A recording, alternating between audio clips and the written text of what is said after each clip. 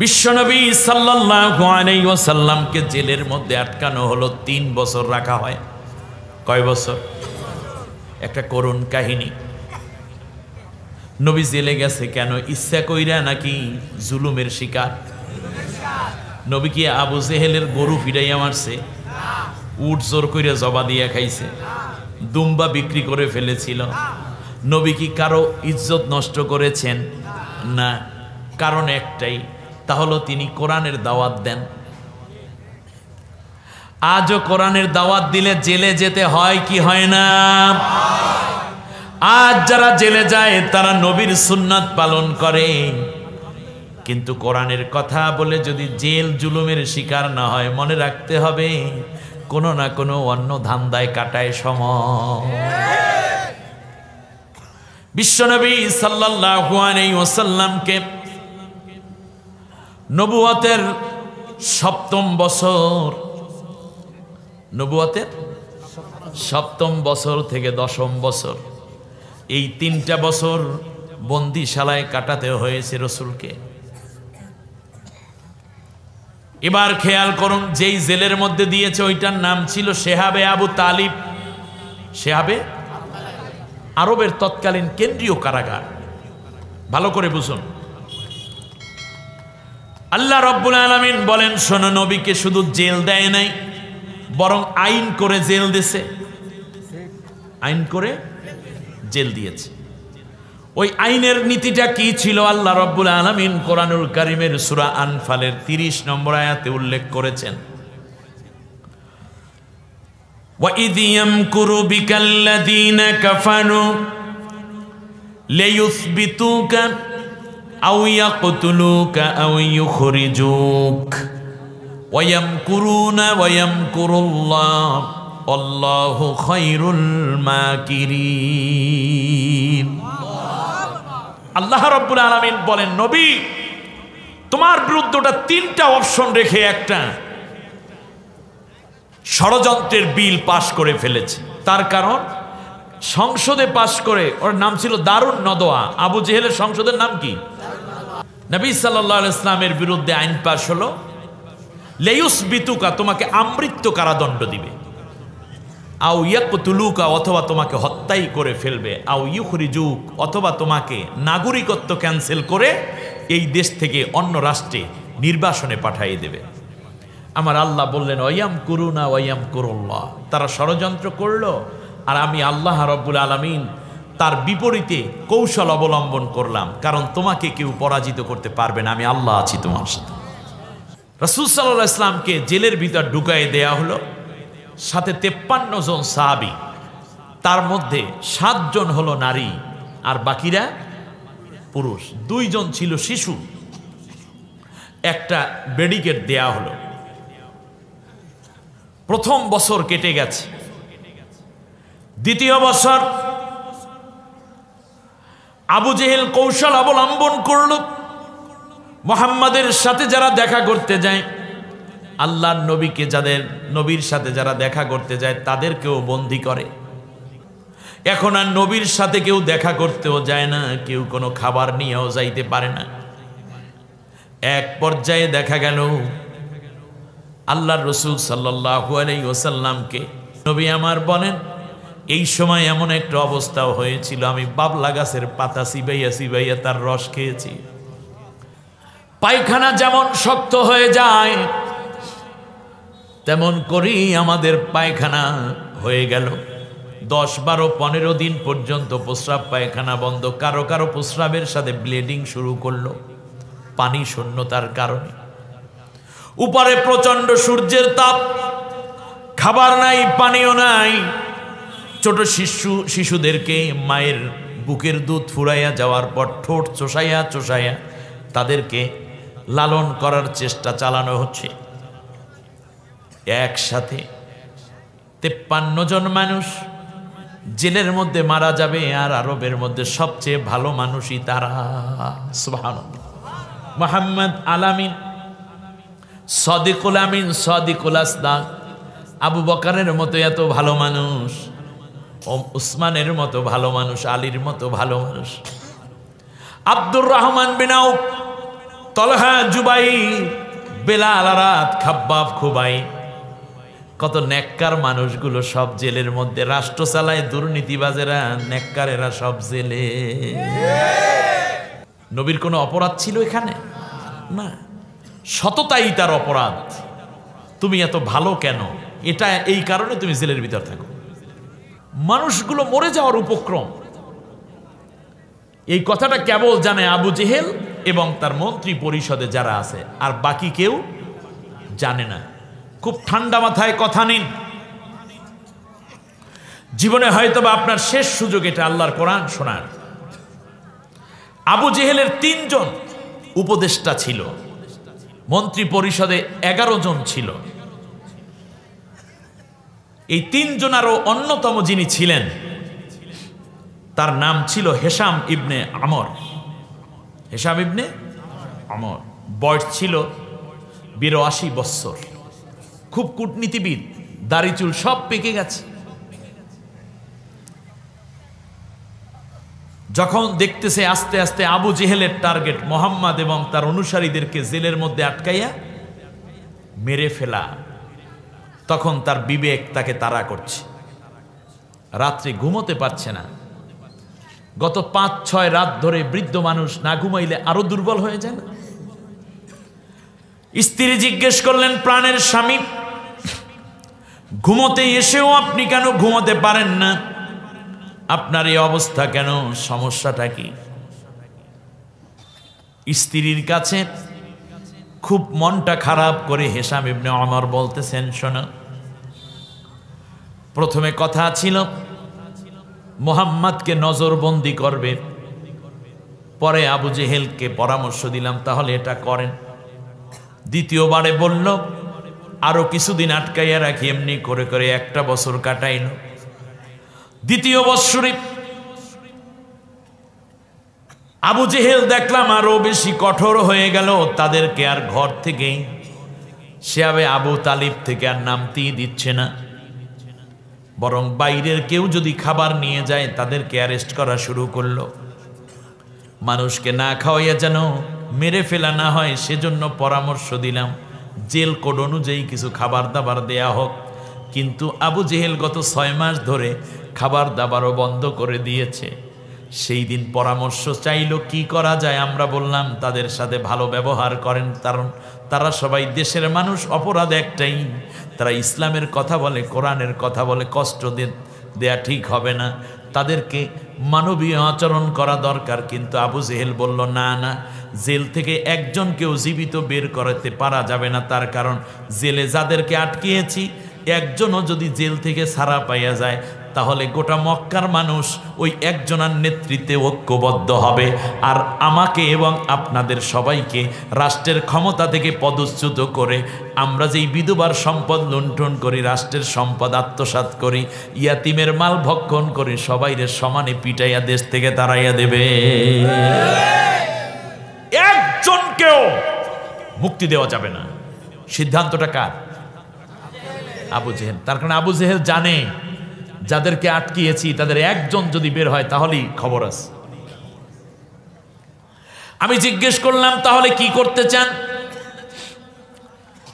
আবু জেহেল বলল, সবাইকে মেরে ফেলবো, একজনকেও বের হতে দেব না।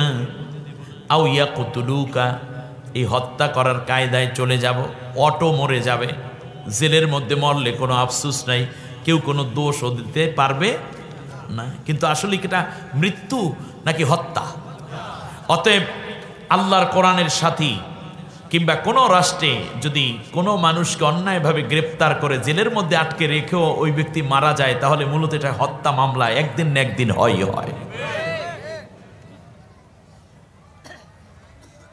শুনুন,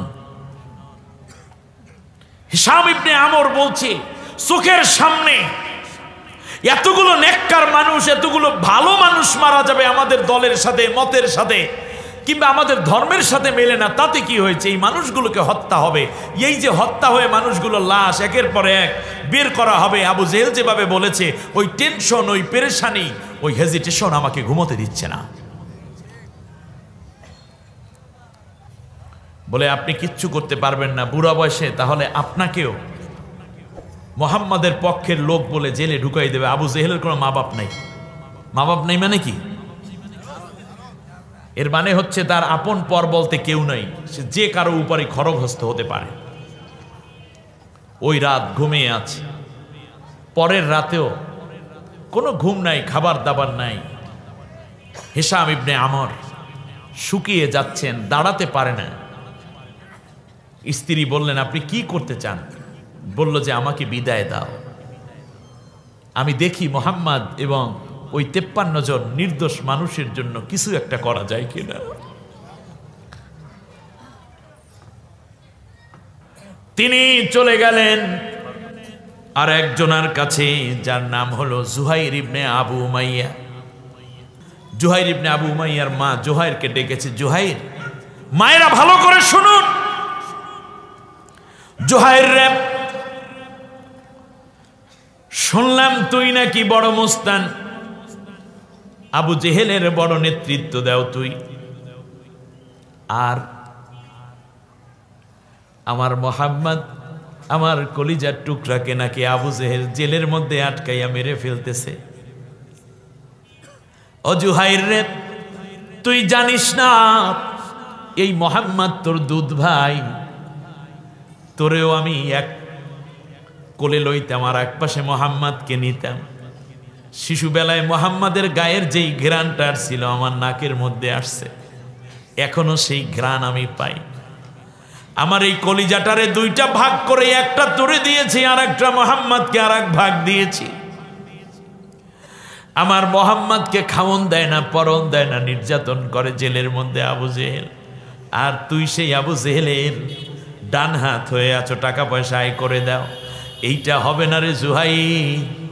জুহাইর, তোর কাছে একটা দাবি করি, তুই তাড়াতাড়ি যা, আবু জেহেল যেই জেলের মধ্যে আমার মোহাম্মদকে আটকাইয়া রাখছে, জেলের তালাটা ভাঙ্গা মোহাম্মদকে একটু আমার কাছে নিয়ে আয়।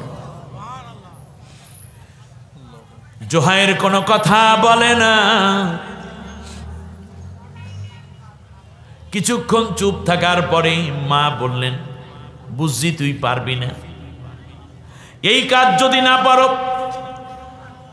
তাহলে আজকে আমাকে ওয়াদা দে, কোনদিন আবু জেহেলের পিছনে আর যাবি না, আবু জেহেলের সাথে দেখা করবি না।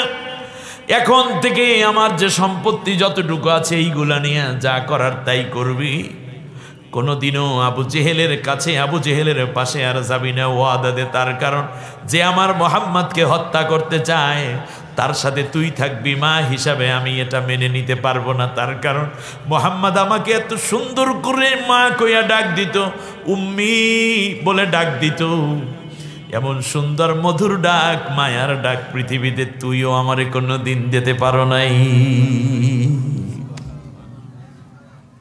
মায়ের মন কাঁদতেছে, জুহাইর কোনো জবাব দেয় না।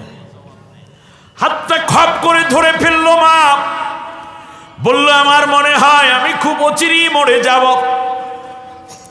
আমার যেই অসুস্থতা আছে আমি আর বাঁচবো না ঠিকই, তবে একটা কথা তোরে আমি বলে যাই, লাত মানো তো যাইয়াজদান আহার মান দেবতার কসম কইয়া করে বলি, আমি যেদিন মরে যাব, মরার সময় তুই আমার কাছে থাকবি না ভাগা, আমি মরার পরে আমার খাট তুই বহন করবি না, আমার লাশ তুই কবরে রাখবি না, কবরের পাশে মা কইয়া ডাকবি না। তার কারণ এমন নেককার মানুষ জেলের মধ্যে মরে, আর সেই মরা গোষ্ঠী যারা মারে সেই জালেমদের সাথে তুই দল করো, ওই দলের মধ্যে থাকলে কমপক্ষে মা হয়ে ওসিয়ত করলাম, এই মরা মায়ের মুখ তুই দেখতে আসবি না, তুই আমার সন্তান থাকবি না। মা জুহাইর ইবনে আবু উমাইয়া মায়ের সব কথাগুলো শুনলো, কিন্তু কোনো জবাব দিতে পারল না। মায়ের টেনশন, কথার টেনশনে ঘুম নাই। এমন সময় রাত হয়তো বা 1-1:30 বাজে, শীতের রাত। এসে নক করেছে, জিজ্ঞেস করলো, কে আপনি? বলল, আমি হিশাম ইবনে আমর আসছি। দরজা খুলে দিয়েছে, তার কারণ আবু জেহেলের প্রধান উপদেষ্টা মুরব্বী, ঠিক না? দরজা খুলে দিল, বলল যে এত রাত্রে কেন আসছেন? বলে, আসছি একটা কষ্ট নিয়ে। শুনছো মোহাম্মদ এবং সাহাবীদের ব্যাপারে কি ডিসিশন নেছে সরকার আবু জাহিল্লে? কয় শুনছি তো। কয় কিছু করতে চাও কিনা? কয় চাই মানে আমার মায়ে এই ওসিয়ত করছে, ঘটনা সব খুলে বলছে। আপনি যদি বলেন আবু জেহেলের প্রয়োজনে মেরে ফেলবো, এরপরও মোহাম্মদকে বের করে আনতে হবে, তার কারণ মোহাম্মদ কিন্তু আমার দুদু ভাই। কয়জন হইল? এবার বলল তাহলে চলো। দুইজনে মিটিং করে দুইজনে পরামর্শ করে বলল চলো আমরা এখন চলে যাব আবু জেহেলের বডিগার্ড। আবু জেহেলের বডিগার্ড নাম হইল মুতিম ইবনে আদি ইবনে হাতেম। তাই বলল জি চলো তাহলে। এইদিকে মুতিমের বাড়িতে আবার আর এক ঘটনা ঘটেছে। আল্লাহর নবী যেই দিন জেলে দিবে তার 15-16 দিন আগে এই মুতিম ইবনে আদির একটা সন্তান হয়েছে, পুত্র সন্তান। ওই ছেলেটা কোলের মধ্যে দিছে যে একটু দোয়া করে দেন। তো দোয়া করে আল্লাহ নবী সাল্লাল্লাহু আলাইহি ওয়াসাল্লাম তার মুখের লালা মোবারক মুতিম ইবনে আদির ছেলের মুখের মধ্যে দিয়েছে। দেওয়ার ফলে যা হয়েছে, ওই ছেলের মুখ থেকে সবসময় সুগন্ধি জান্নাতের ঘ্রাণ আসতো।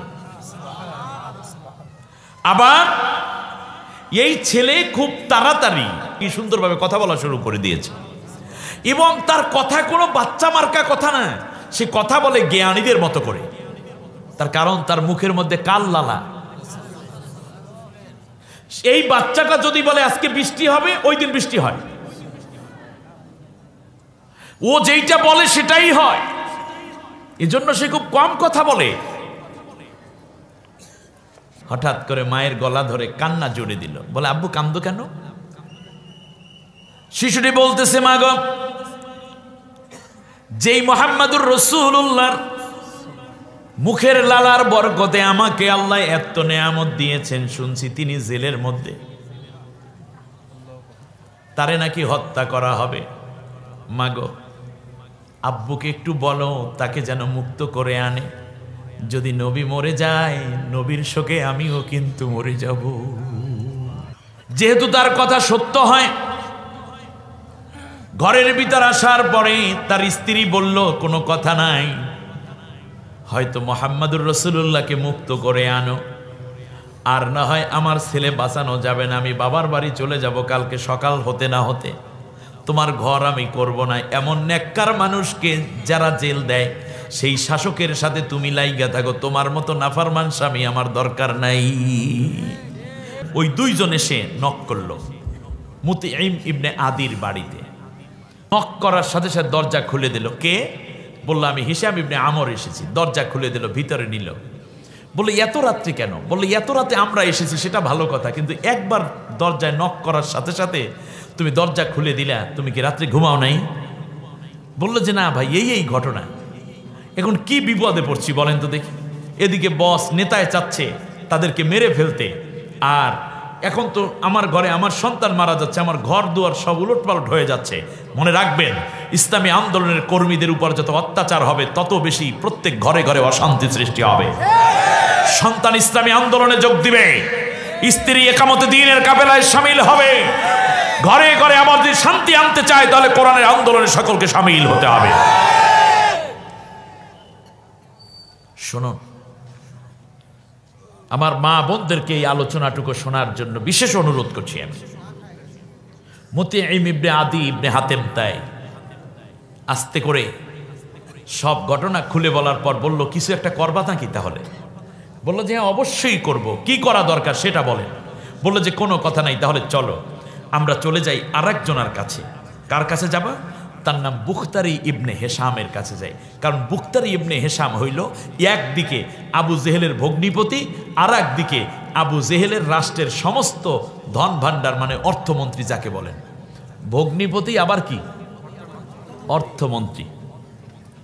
ঘটনা হচ্ছে বুখতারি ইবনে হেশামের অবস্থা আর খারাপ। সেটা হচ্ছে সে বিগত প্রায় 1-1.5 মাস ধরে বহু রোগে আক্রান্ত, না আছে খাওয়া, খাইলে বমি করে দেয়, হাঁটতে পারে না, শরীরে প্রচণ্ড ব্যথা। যেহেতু তিনি রাষ্ট্রের প্রধান, যিনি তার অর্থমন্ত্রীর কাজ আছে না নাই, মরার আগ পর্যন্ত সেরা হাসপাতালে ভর্তি করে, চিকিৎসার শেষ নাই, কিন্তু অসুখ ভালো হচ্ছে না। তো গত রাতে, এই যে রাতটা, এই রাতে আমার মা উটের দুধ, একটু মধু আর একটু খেজুর মিলিয়ে আমার কাছে এনে বলল, বাবারে কত ঔষধ খাওয়াইলাম, তোর ডাক চিৎকার, ঘুম নাই, তোর নিদ্রা নাই, অসুস্থতায় সব ঔষধ ফেল।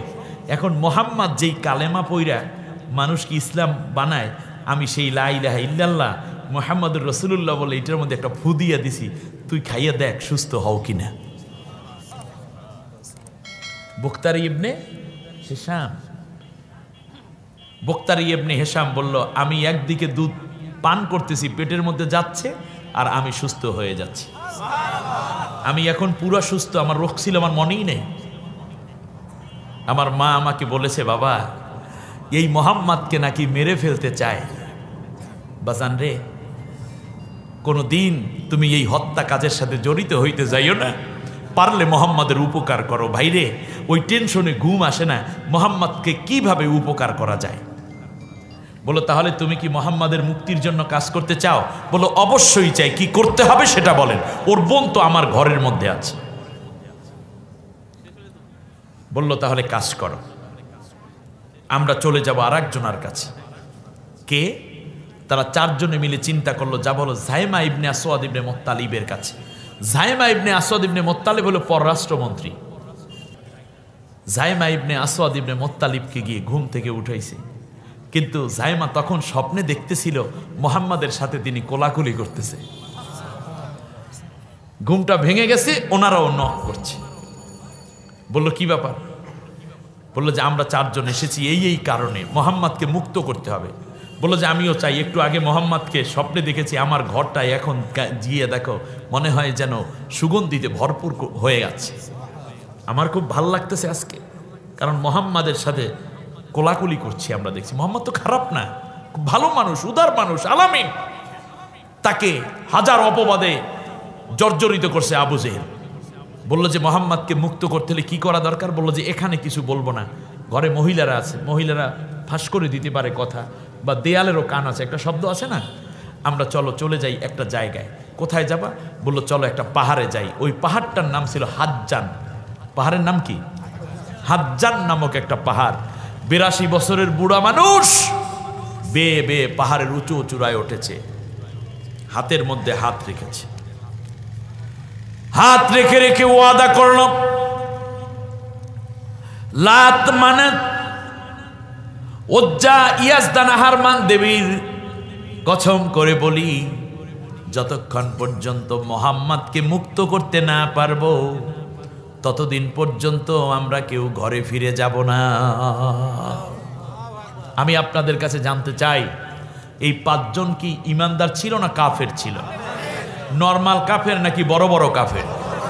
কিন্তু তারা এরপরেও চেয়েছে মুহাম্মদ এবং আবু বকর উসমানদের মতো নিরীহ মানুষদেরকে হত্যা করা হোক, এটা আমরা বরদাস্ত করব না।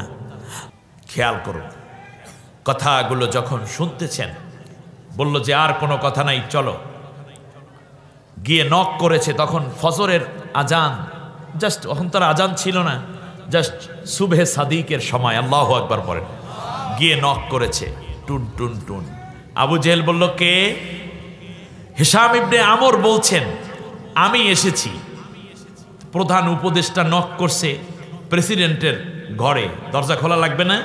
লাগবে। দরজা খুলে দিয়েছে। দরজা খুলে দিয়ে দেখতেছে আরো 4 জন, এবং তারা খুব একান্ত ঘনিষ্ঠজন। বলল, বস এদিকে আসেন। রুমের ভিতর ঢুকাইছে। রুমের ভিতর ঢুকিয়ে তারা আগেই মাশওয়ারা কইরা বলছিল যে জুহাইর ইবনে আবু উমাইয়া, তুমি ওর উপর খেপ্পা, ঠিক আছে কিনা? এরপর মুতিম ইবনে আদি, তুমি বলবা যে এত কিছু বুঝি না, চাবিটা দিয়ে লাও, আনলে কান পিড়ে ছিটে ফেলাবো। এরপরে বুখতারি ইবনে হিশাম, তুমি বলবা তোমার জন্য তো আমার সব অবস্থা শেষ হয়ে যাচ্ছে, তুমি আমার সম্বন্ধী আছো, ভালো আছো, আকামের মধ্যে আমি নেই, তোমার দলও ত্যাগ করবো, তোমারও ত্যাগ করবো, আর যদি এখন ঠিকঠাক মতো যা বলি শোনো তাহলে সব ঠিক আছে, আপনার টাকা পয়সা যা আছে সব লুটপাট করে মোহাম্মদের দিয়ে দেবো। ধামাকের পর ধামক, ব্যাস এক এক করে যখন ঢুকে পড়লো, বললো হাই হাই তোমরা সবাই, এই কোথায় নাস্তা পানি দাও, নেতারা যা করে বোঝেন না, গরম রুটি দাও, উটের দুধ দাও, খেজুর দাও, মধু দাও, কিচ্ছু খাবো না। দাঁড়ানো অবস্থায় কিচ্ছু খাবো না, এই দরজা বন্ধ করো। যেই রুমের মধ্যে ঢুকাইছে, মেহমানদের জন্য আলাদা রুম আছে না, দরজা বন্ধ করে দাও। জুহাইর ইবনে আবু উমাইয়া বলে, মুস্তানি জীবনে কম করি নেই, বহুত মানুষ মারছি, এইবার আজকে তোমারে সাইজ করবো। এই হেশাম ইবনে উমর কি বলে সেইগুলো শোনো আগে। বললো যে এই পাগল টাগল সব কিন্তু আমারে ঘুম থেকে উঠাইছে, একটু মিথ্যার কৌশলের আশ্রয় নিয়েছে। এরা মুহাম্মাদের মুক্তি চায়। আমি আসছি, ওরা কি না কি কইরা ফেলায়, পাগল বোঝো না? ও তো তলোয়ার উঁচু করলে ও না কাটতে ছাড়ে না। মতিম ইবনে আদি বলতেছে, চাবিটা কই? জেলের তাড়াতাড়ি চাবি দিয়ে দাও, দাও। তোমরা? বলে হ্যাঁ আমরাই তো তোমারে টিকাইয়ে রাখছি। আমরা যদি তোমারে না টিকাই তাহলে তুমি কেমনে সরকার প্রধান হও? আমার দুলাভাই কিসের দুলাভাই? বেটা তোর বোনকে ডিভোর্স দিয়ে দেবো যদি চাবি না দাও। সব কাজ মেনে নিতে পারি, কিন্তু মোহাম্মদকে বিনা দোষে অ্যারেস্ট করবা, তারপর তারে মেরে ফেলা ষড়যন্ত্র করবা, এইটা আমি মানতে পারি না। মোহাম্মদ আমার দেশের সন্তান, আমার দেশের গর্ব, আমার জাতির গর্ব। আবু বকর আমার জাতির গর্ব, উসমান আমার জাতির গর্ব। তাহলে কি করতে হবে? বোঝো না কি করতে হবে? চাবিটা নিয়ে আস। কত দরজাটা খুললে দে। দরজা খুললে দিছে, যাইতে আছে, এবার পিছনে ফিরিয়া তাকায়, না জানি পিছন দিয়ে কাম্বা নাই। জুহাইর ইবনে আবু উমাইয়া চোখ দুইটা লাল, এমনি সারা রাত ঘুমায় নাই। আস্তে করে বলল, চাবিটা এনে দিয়ে বলল যে খেয়াল রাখিস দেশটা যে এবার দখল করে লইয়া যায় না। কয় বস ওটা ঠিক আছে, সমস্যা নেই। চাবি নিয়ে হিশাম ইবনে আমর যখন তালা খুলে ডাক দেয়, মুহাম্মদ তুমি কই গো? আইনা আনতা ইয়া মুহাম্মদ। সাথে সাথে আল্লাহর নবী একটা খুরমা খেজুর গাছ পাহাড়ের মধ্যে লাগানো, ওটার মধ্যে ছিল এটা ঢেলান দিয়ে। খুব ক্লান্ত অবস্থায় বসে আছেন তিনি, উঠে দাঁড়ালেন, একবার দাঁড়িয়ে পড়ে যান, এতটা ক্লান্ত। হিশাম গিয়ে আল্লাহর নবীর হাতটা ধরে বললেন, মুহাম্মদ কেমন আছো? বলে আলহামদুলিল্লাহ আলা কুল্লি হাল, সর্বাবস্থায় আল্লাহ রব্বুল আলামিনের শুকরিয়া আদায় করি। নির্দোষ মানুষ জেলে, সবাইকে ডাকলেন। নবী বেরোচ্ছেন, বের হয়ে দেখতেছেন জেল গেট সহ মক্কার আনা আছে কানা আছে, রাস্তার মারে মোড়ে মোড়ে মা সন্তানকে বুকে নিয়ে দুধ খাওয়ানো বাদ দিয়ে সন্তান কোলে নিয়ে দাঁড়িয়ে আছে। কেউ বা নবীর জন্য খাবার নিয়ে বেরিয়ে আসছে। কারণ এই পাঁচজন যখন যাচ্ছিল তখন লোকেরা বলা বলি করতেছিল, তোমরা যাও কোথায়? এতগুলো মন্ত্রী, এতগুলো গুরুত্বপূর্ণ ব্যক্তি বলে যে মোহাম্মদকে মুক্ত করতে যাই, মোহাম্মদকে মুক্ত করতে যাই। বৃদ্ধ বৃদ্ধা, নারী পুরুষ, শিশু, যুবক যুবতী সবাই রাস্তার পাশে, কেউ খালি আসে নাই মোহাম্মদকে একটু খাবার দেবে। মোহাম্মদের মা নাই, মোহাম্মদের বাবা নাই। মোহাম্মদ কন্যায় ভাবে জেলের মধ্যে আটকে রাখা হয়েছে, সবার মনের মধ্যে ব্যথা, কিন্তু আবু জেহেলের অত্যাচারের কারণে কেউ কোনো কথা বলতে পারছিল না।